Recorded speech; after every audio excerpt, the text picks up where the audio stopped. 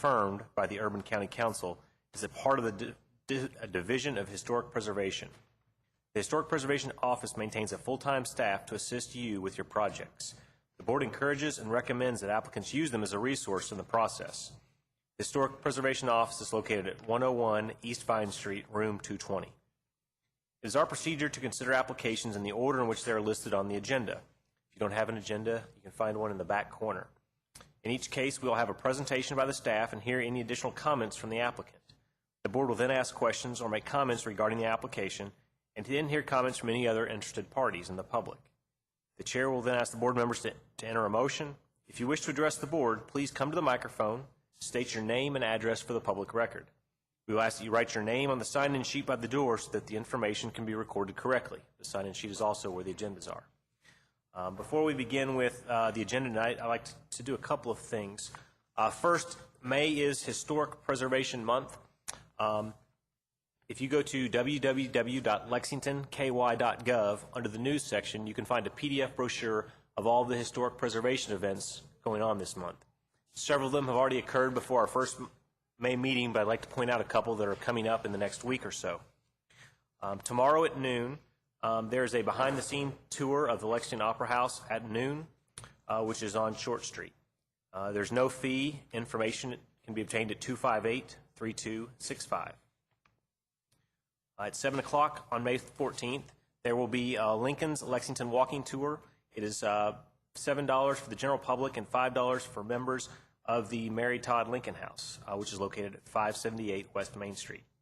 Information can be gotten at 233-9999. Saturday, May 16th, from 10 to 2, are tours of Pope Villa. You can get information at 253-0362. There's no fee for that. From 10 to 4 on Saturday is the Founders Day at McConnell Springs. Information can be obtained at 225-4073. At 2 p.m. on Saturday, there's a 3rd Street East End tour. Wear your walking shoes. This is a walking tour. Information for that is at 361-2813. On Sunday, May 17th, the Keene Place at Keeneland is having an open house. It is free. Information is 258-3265. On Monday, 18th, is the Fayette County Heritage Tree event. It will be located at Sayre School in the Sims Library. It is free to the public at 194 North Limestone. Information is 258-3265. Wednesday, May 20th at 5:15, a week from this evening, will be the Historic Preservation Commission Awards. It will be at the Bell House at 545 Sayre Avenue. On Thursday, May 21st, at 6:30 p.m., will be a garden tour of the grounds of Ashland. It is free. You can sign up by calling 266-8581. Saturday, May 23rd, from 10 to 12, will be the Hands-On for Children, the Create Your Oil Floor Cloths at the Hunt Morgan House. That is at 201 North Mill Street. No fee, however, registration is necessary in advance at 253-0362. As well, May 6th, actually the tours of the Hunt Morgan House, I think, are still going on. You can call them at 253-0362. The PDF of this brochure is available, again, at lexingtonky.gov for those who are watching GTV3 this evening. Second, everyone may have heard about the Downtown Lexington Building Inventory that the Historic Preservation staff has spent an incredible amount of time preparing. It was presented to the public last night at a first meeting at the library. It is an incredibly thorough document, and it will be available this coming Monday in text searchable PDF on the Historic Preservation website. Is that correct?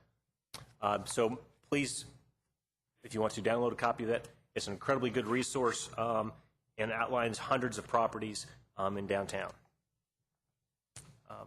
Moving on to the agenda, I would like to note the following staff approvals before we begin our review of applications.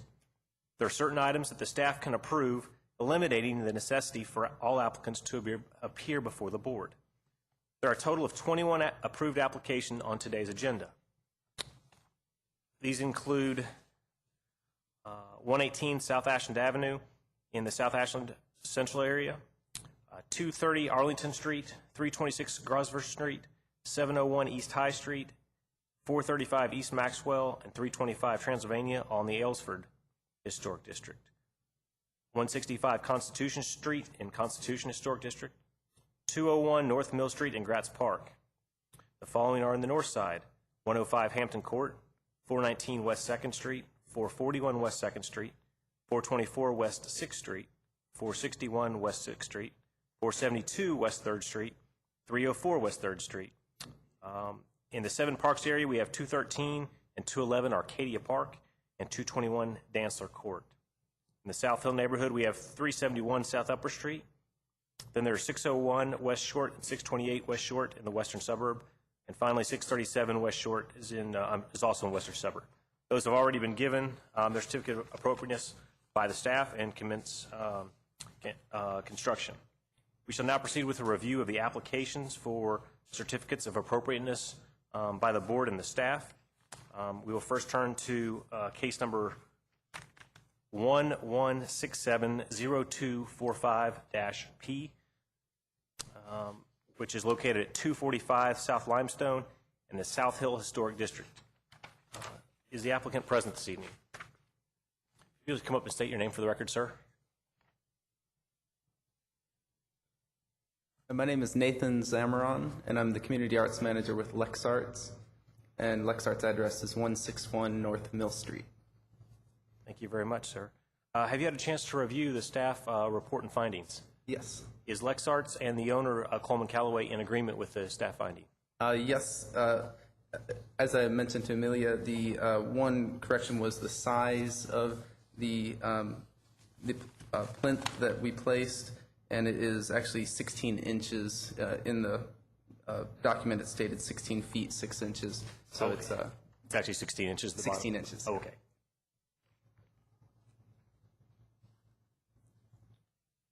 Do you have any other questions about the staff report and recommendation? No, looks good. Staff, do you have any other further findings or recommendations besides the report? The chair will entertain a motion.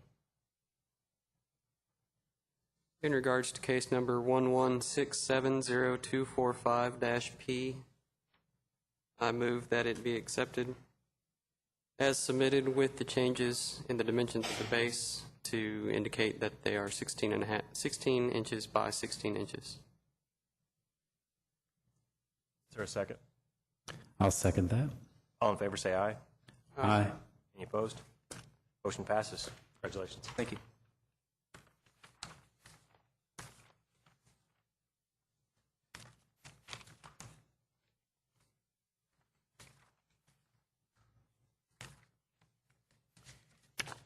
Case number 2 this evening is 046000155-H, located at 155 Constitution Street. Is the applicant present this evening? Please come forward to state your name and address. Good afternoon. Van Meter Pettit, 155 Constitution Street. Mr. Pettit, have you had a chance to read the staff's recommendation and report? Yes, I have. Are you in agreement with their findings and conclusions? I am. Do you have any questions this evening? I do not. Staff, do you have anything further on this case? Chair will entertain a motion. Oh, well, thank you. Are there any comments from the public on this matter? Thank you. Okay, hearing none, the chair will entertain a motion. I'd like to make a motion, reference case 046001558-H at 155 Constitution Street, that the application be submitted as, be approved as submitted. Is there a second? I'll second. All in favor say aye. Aye. Any opposed? Motion carries. Thank you, sir. Thank you.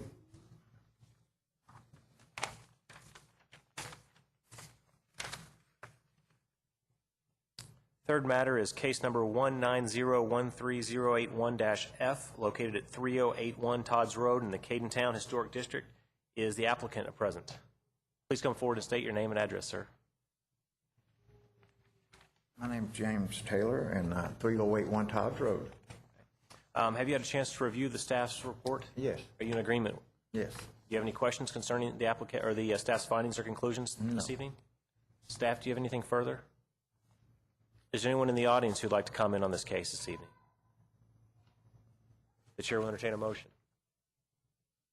In regards to case number 19013081-F at 3081 Todd's Road, I move that the application be approved as submitted.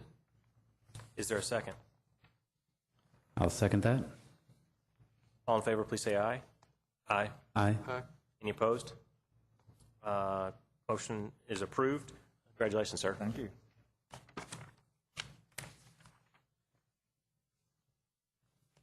Fourth matter on the docket is case number 05220221 for 221 Dantzler Court in Seven Parks Historic District. Is the applicant present in this case? The applicant's not present, but did receive a copy of this by email. Okay. Have you received anything back from the applicant? No, Is there anything else the staff has to add to this report? no. Is there anyone in the audience who'd like to comment on this case? The chair would entertain a motion at this time.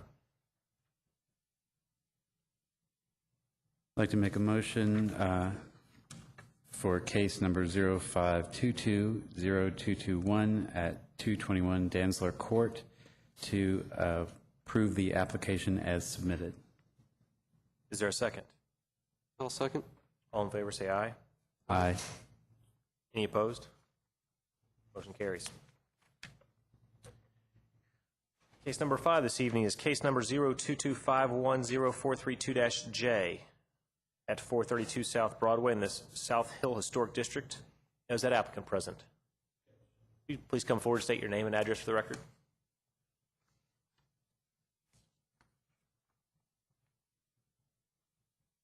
Mohammed Siraji, 260 Bowling Springs, representing 432 South Broadway. Have you had a chance to review the staff's report and recommendations? Yes, sir. Are you in agreement with those? Yes, sir. Do you have any questions concerning them? No, sir. Staff, do you have anything further? Is there anyone in the audience who'd like to comment on this case this evening? The chair would entertain a motion. I just have one question for the staff, or Martin. Yes. The item number 4 that says that the drawings and details and clarifications be submitted to the board and/or staff before the issuance of the COA. Yes. Should that be clarified, whether it just goes before the staff or before the board? You could just say to the staff, if you like, we just, Okay. as a rule, the staff, if the board sometimes says, Right. if we can't handle it, it would still come forward. Okay. I have to say if there's a staff, unless there's a disagreement, then it would come to the board. Yeah, I think that the detail, it's fairly minor, so I think there are things that the staff could handle. Okay, unless there's disagreement between staff Right. and the applicant, then they come before the board. Okay, thank you. You're welcome. You want to include Chair will that? entertain a motion. Okay, let's see if I can do this. Okay, this is a motion for case number 0225-10432-J at 432 South Broadway. I make a motion that the application be accepted as submitted with the staff's recommendations, noting the only change is to item number 4, that the details and clarifications would go back to the staff and would only come back to the board if there is an issue or problem. Is there a second? I'll second. Any further discussion? All in favor of the motion, please indicate by saying aye. Aye. Aye. Any opposed? Motion carries. Congratulations, sir. The next case on the docket is case number 1226061-B at 601 East Main Street, Belcourt Historic District. Is the applicant or owner present? Good evening. I'm John DeHart with Thought Space Architecture. Good evening, Mr. Hart. Have you had a chance to review the staff's recommendations and findings? I have. Are you in agreement? Yes, I am. Do you have any questions concerning their findings at this time? Nope. Staff, do you have anything further to add? Is there anyone in the audience who would like to comment on this case this evening? Does the board have any questions or comments for the applicant or the staff? No. Only thing, we had a conceptual review on this, I believe 3 weeks ago or 5 weeks ago. I can't remember now. But I will say that there's some changes made from the conceptual review to this final one, and I think that the rhythm along the backside of the house has been improved significantly with the difference in the steps, which I think really helped balance the multiple door openings on the backside, which are being added, which I know took away some of my concerns I expressed in the conceptual review, and think that does a very good job of balancing the rhythm that's really important for the historical guidelines. Any other comments? All in favor, please indicate by saying aye. Aye. Oh, I'm sorry. Thank you. The chair would entertain a motion. I'm jumping ahead of myself.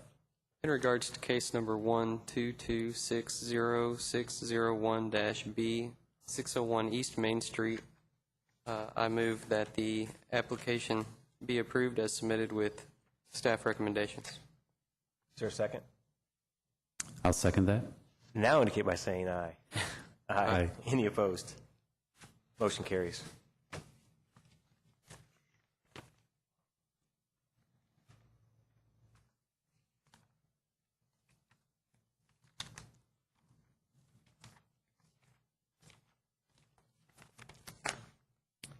Matter number 7 tonight is case number 122-00330-H, located at 330 Madison Place in the Woodward Heights Historic District.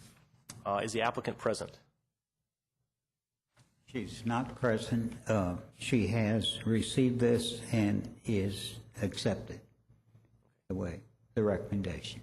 Does the staff have any further comments? No.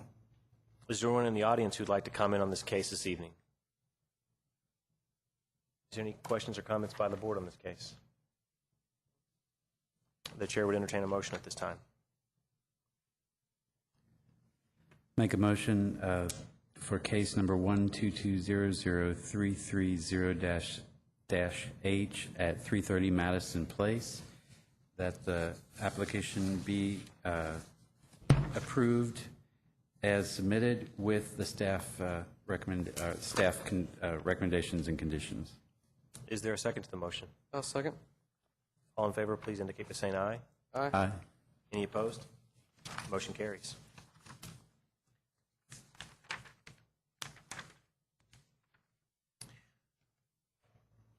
Matter number 8 on tonight's docket is case number 12670-417-A for the 300 and 400 blocks of East Maxwell Street in the Aylesford Historic District. Is the applicant present? If you'd like to come to the podium and state your name and the division for the city you work for.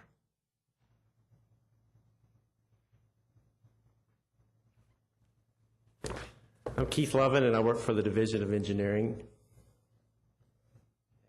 Mr. Levin, have you had a chance to review the staff's findings and recommendations? I have. Are you in agreement with those? I am not. Okay. Let me, if I could ask you to have a seat and have the staff do their presentation on this matter, and then we'll ask you to step back up to the podium, and the board will probably have some questions. Mr. Giannacchio, the floor is yours. Thank you.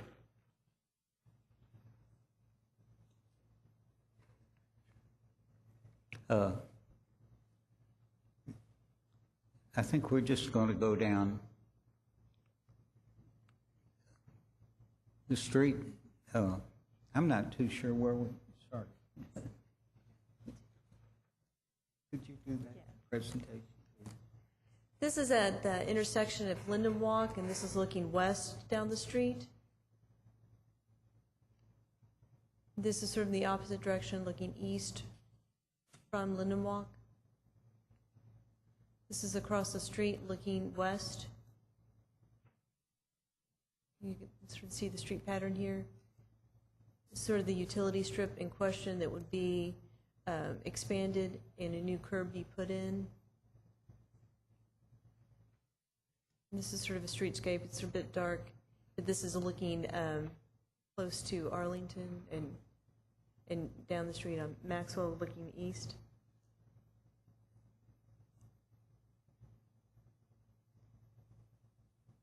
Again, this is across from Linden Walk, looking back and looking east.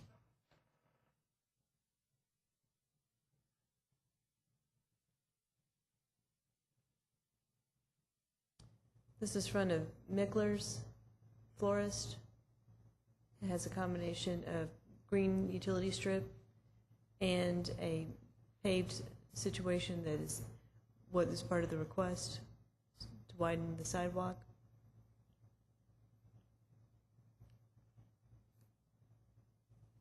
Sort of another streetscape. This is looking west.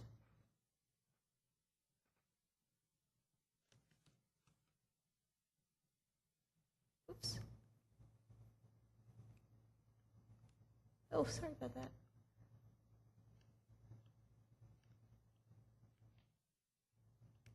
Ms. Randy, if you would mind projecting the slides, this thing is sort of getting stuck. There we go. Again, one more. Okay, there we go. And this is at the corner of Transylvania Park, looking west.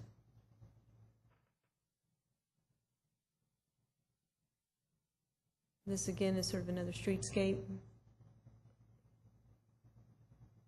Here again is another streetscape looking down the street. And the trees you see in the foreground, which are a bit hard to indicate, that have been V'd by the utility companies, are proposed to be removed. I think there's a total, might have said 2 in the staff report, I think there's a total of 3. And then this is sort of the termination point of this whole project, which is right at Woodland, and this sort of showing the existing area by the fire station. And this is by the school, which has already been widened already. It's sort of more of the commercial intersection. And that's it.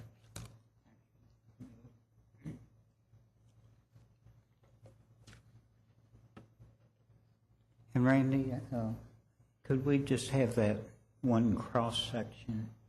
Okay. You'll see on this cross section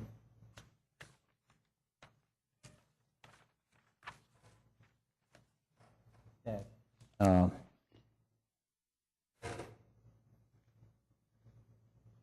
the existing cross section shows these utility strips on each side, noting it at 2.5 feet.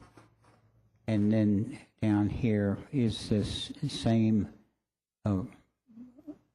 curb line, so to speak, but they've paved over that.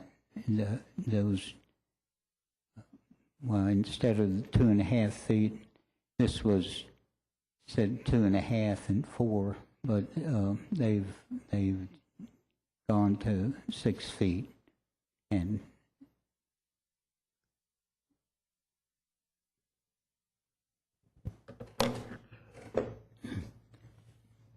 the LFUCG Division of Engineering desires to upgrade the roadway and walkways within the right-of-way of East Maxwell Street from Rose to Woodland Avenue. At this time, they're requesting board grant COA to perform the following work: eliminate all existing 2-foot 6-inch plus or minus utility planting strips from both sides of the street, replace all existing concrete curbs, sidewalks, steps, and aprons throughout the project area, and remove 2 oak trees adjacent to the property at number 471 East Maxwell. By eliminating the 2-foot 6-inch wide utility strip now existing between the back edge of the curb and the leading edge of the public walk, the new width of the sidewalk will be increased from 4 to 6 feet, and its leading edge will abut the back edge of the new curb. The remaining 6-inch width of the eliminated utility strip that's then added to the green space at the back edge of the new sidewalk. This will mean that the front property line of the individual properties of this section of Maxwell will now be located 1 foot 6 inches behind the back edge of the walk instead of the now 1 foot dimension. We've listed the guidelines for your reference.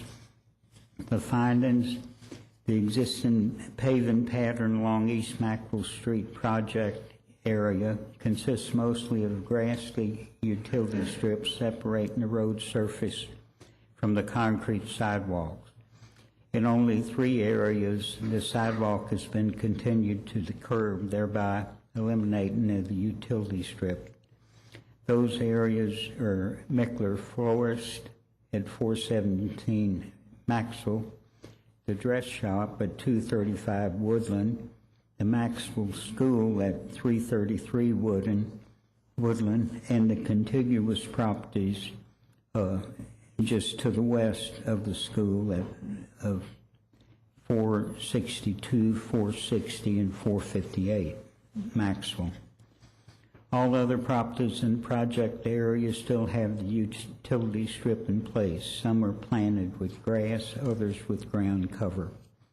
The proposed paving over of the utility strip with concrete sidewalk is not appropriate for this project or the Aylesford Historic District. The established paving pattern for East Maxwell Street includes the use of a grassy utility strip. The paving of an existing utility strip is contrary to guidelines Roman numeral 3.4a and Roman numeral 3.4b. Also, the proposed 6-foot wide sidewalk that abuts the curb creates a commercial or suburban type scenario, which is contrary to the residential nature of this historic neighborhood. Such paving operation would become visually dominant, intrusive, and change the character of the street, which is inappropriate, not in accordance with guidelines Roman numeral 3.4c and Roman numerals 3.7b. The scale of the 6-foot wide walk seems more appropriate for a school campus rather than for this historic residential neighborhood. The existing grassy utility strip provides an appropriate break in the pavement between the vehicular and pedestrian travel, as well as an area for landscape elements. A couple of questions that come to mind concerning the loss of the utility strip and the widening of the sidewalk are: 1, will the residents be required to sweep, shovel, and maintain the full 6-foot width of the sidewalk? 2, with the loss of the utility strip, will the residents be permitted to shovel the snow directly into the street? 3, will that 2-foot width of the proposed 6-foot wide sidewalk, which abuts the curb, be filled with utility poles, sign poles, and meter lids, guide wires, and etc., which will need to be swept or shoveled around? The development of an open space adjoining the street should be developed in a manner that is compatible with the adjoining properties in the neighborhood. Since the green utility strip and Aylesford Historic District are characteristic of the streetscape, it would be more appropriate to retain the utility strip as a green space rather than losing it to a paved area. The proposal to pave over the existing utility strip and increase the width of the sidewalk to 6 foot is not compatible with the existing paving pattern, nor does it meet the intent of the guidelines above. Recommendation: staff recommends disapproval of the application as submitted.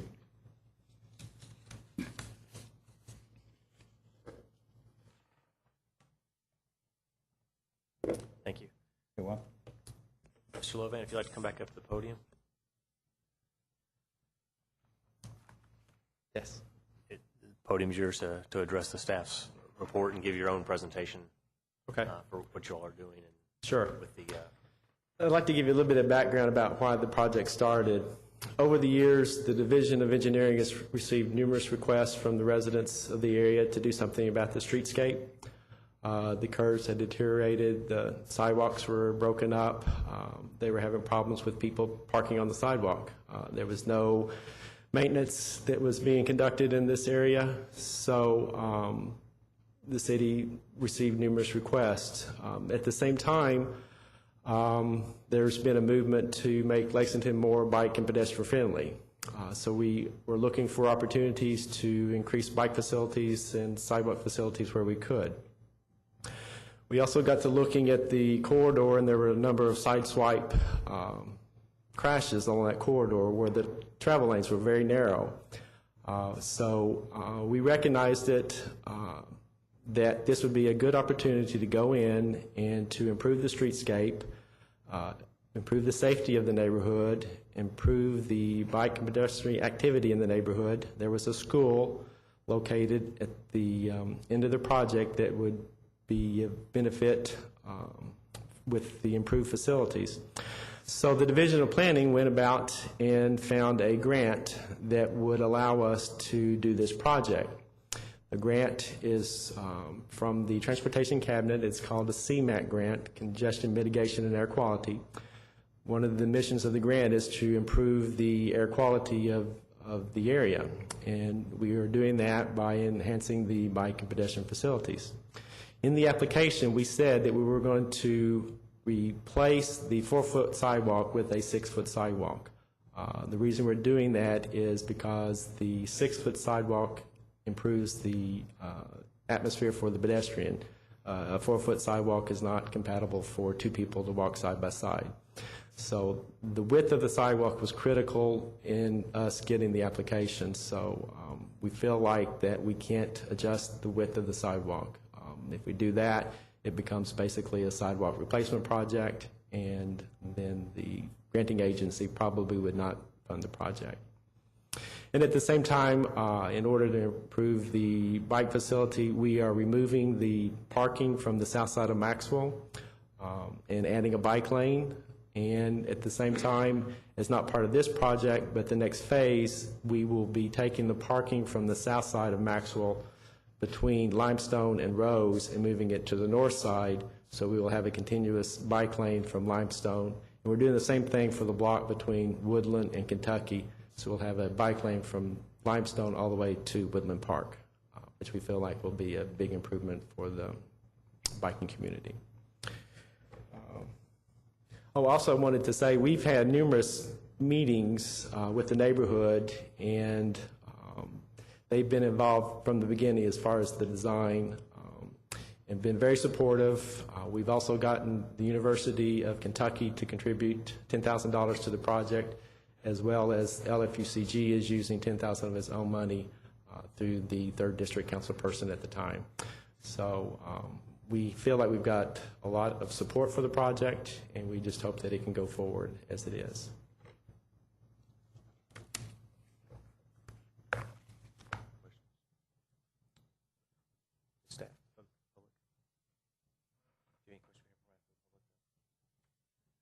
Is there anyone from the public who'd like to comment on this case? You have to come forward and state your name.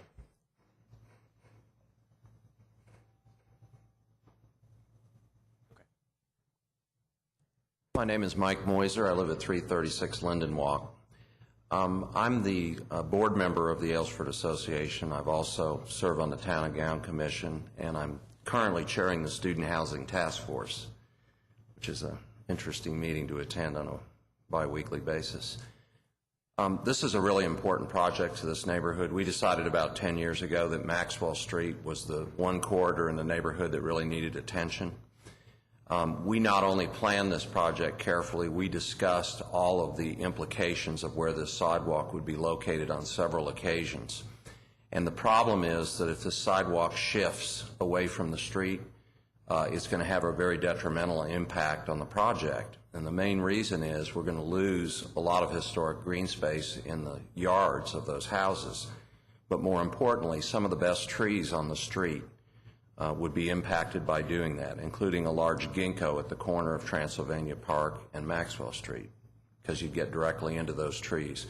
In addition to that, the neighborhood planted, I guess it's probably 6 or 7 trees about 5 years ago on that street. Those would be impacted as well.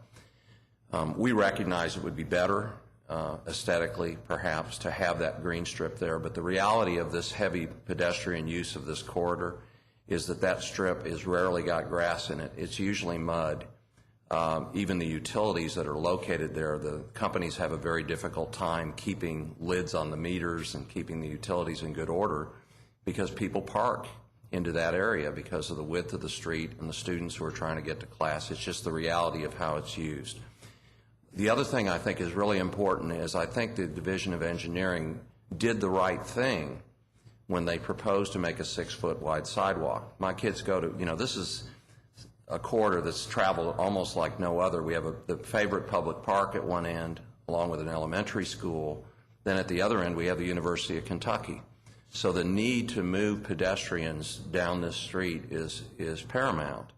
And the fact that they have planned it to do that in an adequate fashion is very important. The other thing that strikes me as significant is that we have a photograph, which I think Greg Gunther is going to show you, taken in 1921 of the Mickler property. There have been portions of this street that have been paved to the curb.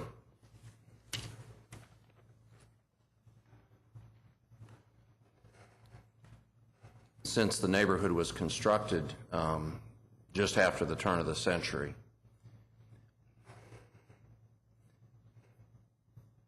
As you can see, there's a photograph of the Mickler property taken in 1921, and at that time the sidewalk extended to the curb. Granted, it's a commercial property, but if you go the length of the street that we're talking about and where we're doing these improvements, there is a significant portion that already has sidewalks in this configuration. What we faced at every turn with this project and the difficulty of where to put things is at one point they had proposed to actually relocate the utilities back to the other side of the sidewalk. And again, we recognize that that would have a very detrimental impact on the trees because of the KU pruning policies at this time. But we really feel like this is the best way to do the project. Not only is it the best way to do it, it's the only way we can do it with the funding that we've secured. The neighborhood's made a significant financial contribution to this project, and so has the university. To my knowledge, that's the first time that's really happened with anything like this. So we'd urge you to approve this. Thanks. Thank you, Mr. Moiser. Is there anyone else in the audience who'd like to comment on this case? Yeah, my name is Greg Gunther. I'm the Vice President of the Ellsford Neighborhood Association, and in agreement with everything Keith and Mike have said, and the Neighborhood Association strongly endorsed it. I don't have that much to add, except that all over the Ellsford neighborhood, it's checkerboarded with, there'll be a utility strip and it stops, and then there'll be continuous paving to the curb. If you look on Central Avenue and Ode Vine, and even a section of Kentucky, I think, it's again, checkerboarded from Limestone all the way to Woodland Park. The other thing that I would add is that I agree with the green space ideally is the best situation to have.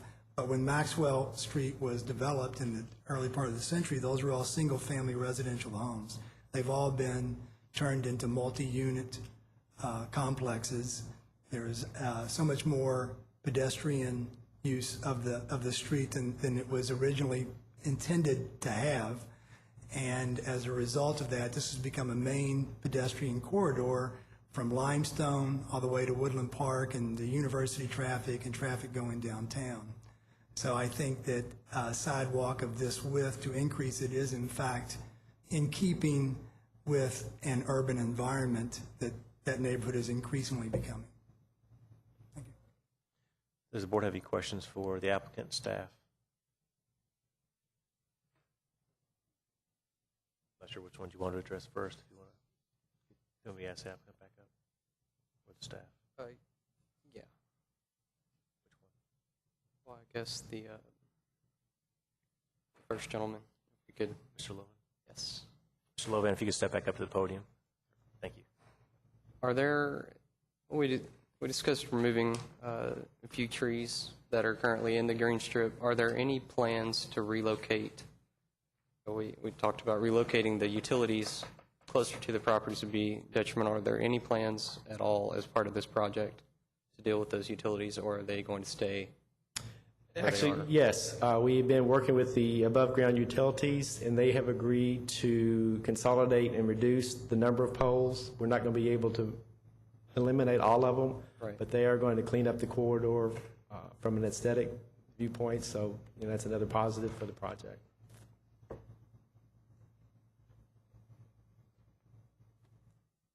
Another thing that occurs to me, the sidewalk here, there are a lot of old growth trees that have been there for a long time that have helped disrupt the sidewalk.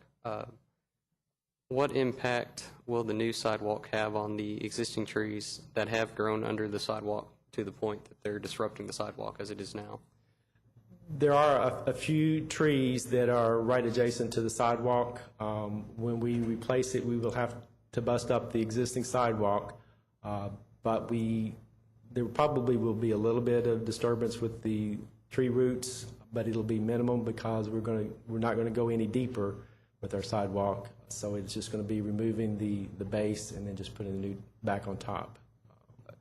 I guess the tree roots in question are the ones that are already so close to the surface that they have been able to disrupt the sidewalk as it is. I can't imagine they won't sustain a little damage. And I'm not just thinking of any that are in the green strip, but on the non-street side of the sidewalk. It seems like there's going to be some long-term effect there to those trees as well. Is there any sort of survey or any sort of list? Yeah, we've inventoried all the existing trees. There will be strict instructions to the contractor to minimize any disturbance. We'll have tree protection fencing put around all of the existing trees to protect them. Only when the sidewalk's in direct conflict with the tree roots would they be impacted. So, those are my questions for now. Go ahead, Rob. Well, of course, historically through that corridor, the areas that have a grass or formerly grass utility strip and the areas that are paved all the way to the curb differentiate between residential and commercial, and of course the school added in there. And I think that historically is the pattern throughout most of Aylesford. And so that, I think, is an important element. The other thing is, by widening the sidewalk to 6 feet, and you still have utility poles and things like that, and you're not really getting 6 feet of walking space continuously, people are going to have to sort of dodge around them as they go down. The other thing is that with the sidewalk brought out to the curb and being 6 feet in width, I would think that there might be more potential for a late model SUV to pull up onto it, i.e. some of the residents who already choose to sort of park in yards and so forth along the area, along that area. That said, I completely understand what you're doing here. I think that it's a great concept. I particularly love the bike lane for myself. And I think that the fact that it's funded through grants and so forth is a very important issue. The other part is that apparently the neighborhood is in support of this. So I really don't see any disagreement. I wish there was a way to compromise in some way to get a little bit of both. And I don't know if that could be something that could be done later, maybe with the introduction of some kind of smaller planting areas, interspersed or something like that. But as it stands right now, I understand where you're coming from with the proposal. Something this board has allowed before is the replacement of the grass at the planter with another material, a hardscape material, where it was found that, what was the problem? Grass would never grow there because it was on the wrong side of the street and it was in the shade. And they always had mud and they didn't care for that. So the compromise that was struck, and because it was prevalent in that area, was to replace the grass strip with brick pavers. And I think, and I don't know what the final solution here is, but to just lose the 18-inch plus or minus utility strip, I think would hurt, the overall. Can I address that? Because we looked at that as an option. Yes. Several people but actually Historic Preservation said that they would prefer it to be all concrete versus changing the material. So.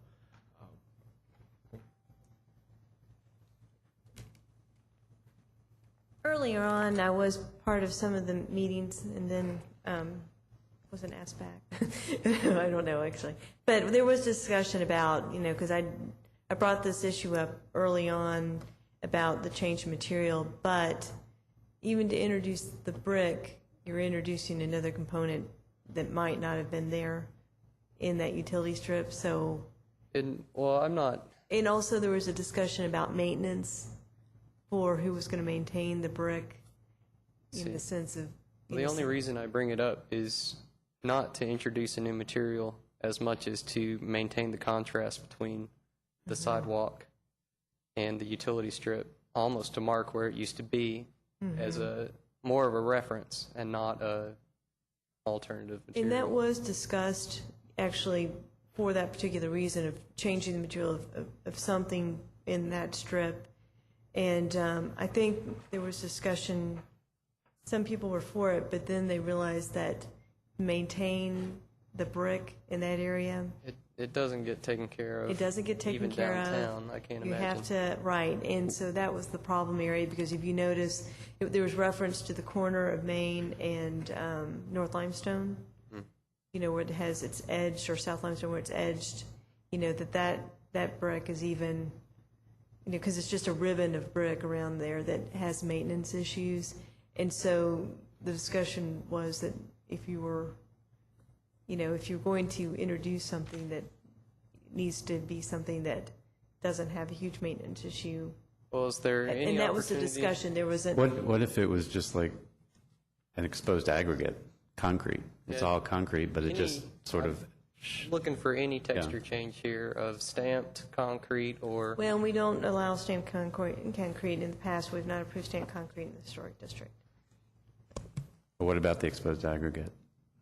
And that's, I can't actually, I'd have to say that, I mean, it's the same material, just has a different finish, basically. right. I'm not trying to be, because it's one of those things that's hard to say on the spot since it wasn't Right. necessarily approved. But I would say from a safety issue, because it is, if you put in a large aggregate that's so close to the road, there's one particular reason why there's no gravel allowed in the urban service boundary, because of it getting on the road and causing safety issues. Now, But to contain large aggregates so close to the roadway might be problematic in the sense, Okay. because you're putting in a utility strip separated by a curb. I think my intent, and it's clear here, I'm not sure the best way to address it, but I think it would be worth pursuing some change. If it could still be concrete, I don't know what options there are outside of stamping, but maybe texture change of some sort. Broom, just changing the broom direction. I don't know if that's enough of a contrast or not, but something that makes reference back to the utility strip that's being removed. Because I agree with everything you've said. I understand the necessity for the wider sidewalk. I understand it's tied into your grant. I understand that it would make the sidewalks more usable in that area. I'm for all of your major goals here. I just would like to come back to the utility strip somehow. Some reference, something that breaks up this really wide expanse of 6 feet of bright white concrete. And I think if Break there up was the a surface. proposal that came back that did have some kind of texture change, that, the staff could review that, or the board, it could come back to the board even, with some kind of detail if that was possible. I think there's room. It wouldn't take much to gain my approval here.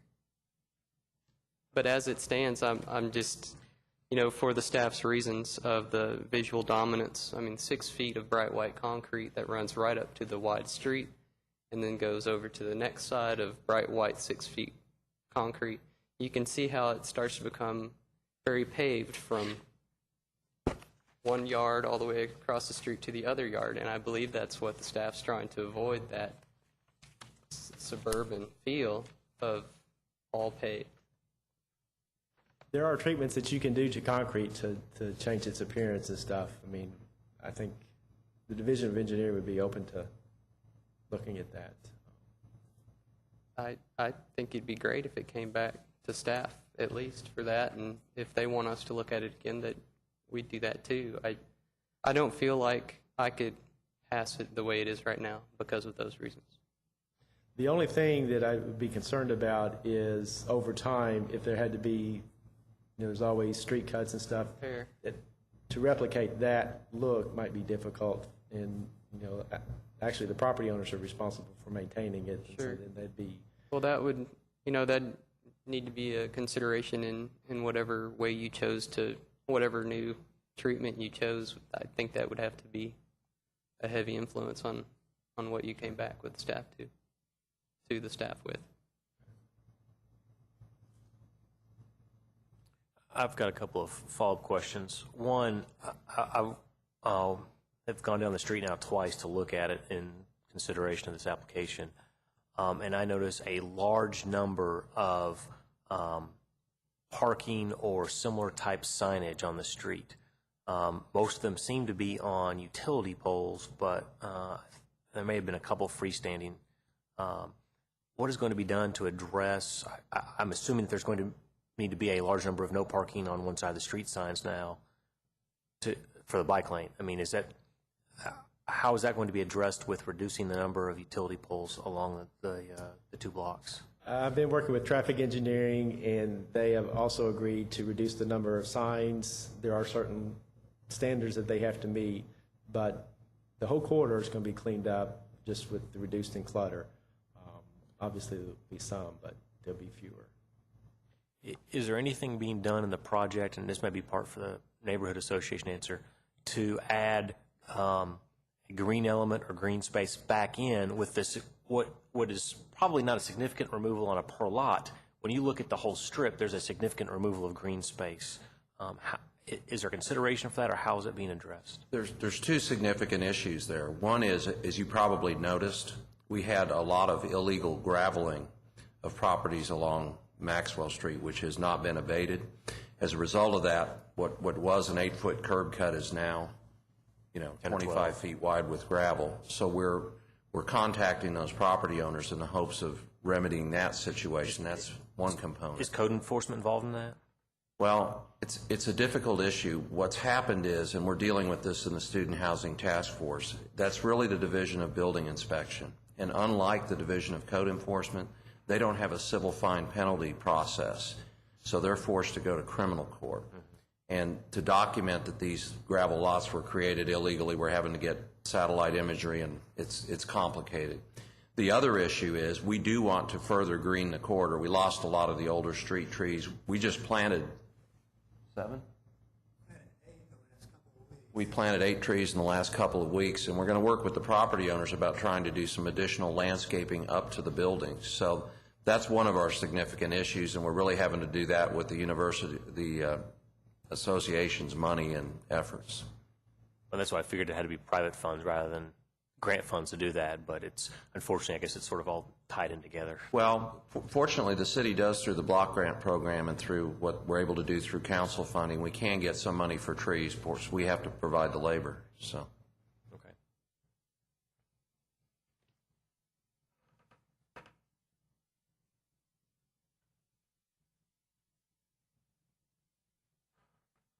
Just some comments. I appreciate that you all have been very sensitive to the issue of the widening of the sidewalk, which, at least in my mind, is the consideration that's really before us. That's I think the central issue for our consideration under the guidelines. And it's clear that you all thought a lot about it. It's not been some, let's just do it to make the streetscape better or flow more traffic. Has there been any thought to doing it on one side and not on the other? That on the pedestrian side, on the bike and pedestrian side, and let the other side maintain the grass strips? That's been a constant topic. Initially, we didn't think we were going to have the funding to do both sides, and we were able finally to secure it. Coming back to a point Mr. McGrish made, we actually think this is going to solve a lot of the illegal parking problems. As it stands now, if somebody parks on the grass strip, the police aren't going to tow them. But if they're parked on the sidewalk, they will. And once this bike lane is in, one side of the street we don't have to worry about anymore. And because we're going to reduce the parked cars to one side, the street is going to be more passable. We think we're going to have less problems with that. Well, one of the things I noticed too is that a lot of the curbs are broken and chipped and missing in places. My guess is deterioration for years of students parking Exactly. on the curbs or slightly over the curbs onto the sidewalk. And this what you get now is this desegregated rise and fall of the curb cut, which then causes erosion from the utility strip. So some utility strips are green and some utility strips are mud. Exactly. Other comments or questions from the board? I just want to state, like I said earlier, I agree with all the major points of this proposal, and I think it's valuable to the area. I think more bike traffic is great. I think wider driving lanes on that street will help solve a lot of the side swipe incidents that have occurred. I get nervous when I drive down that street at any rate of speed because it becomes a tight corridor, and you can't always ensure that people park, parallel parking as close to the curb as they should, and it gets a little hairy. So I think the overall project is a good effort and is a good idea, and I am happy for the cooperation between so many groups that are looking to fund this and to make it a reality. I appreciate your efforts. Mr. Magrish, any other questions or comments? No, I concur completely. I think it has the potential of being a really great project, and I'm hoping that this one little detail can be resolved very easily so that you can get on with it and have it done, in a couple weeks here. So that's what I'm hoping. I would state that this is one of those tough cases where balancing the guidelines and applying them in a certain situation when considering all the facts is not always clear and doesn't make everybody happy. I think that looking at the considerations that the guidelines have been met by expanding it, although there's generally consideration for wanting to maintain the rhythm that with other steps being taken, other things could be consistent as well, but what they're doing, what they want to do is not inconsistent. The chair would entertain a motion from the board unless there's more comments. Well, I have a question for staff and for council, actually. If we vote on this and we don't like it because the green strip goes away and we vote to not approve it, that hurts them for coming back. No, it should not. I mean, you can put any condition in your ruling you want to, and obviously eliminate that possibility. Okay, that clears that up. Good. Well, I'll make a motion then. In reference to case 12670417-A, the 300 and 400 blocks of East Maxwell Street in the Aylesford Historic District, that the application be approved as submitted with the following condition: that the former grass utility strip areas be differentiated with a material that will be conducive to the project, and that is to be determined, and that material would go back to the staff or the BOAR for final approval. Let me see if there's a second to the motion, then we'll get clarification. Is there a second? Would you accept an amendment that added a material and/or texture? Yes. I think that was... Does that clarify your question? Any other comments or questions from the board? Any other comments or questions or clarifications from the audience or the applicant? I would second that motion. You'll have the motion. Does staff have the motion adequately recorded? Okay. All in favor, please indicate by saying aye. Aye. Any opposed? Motion passes.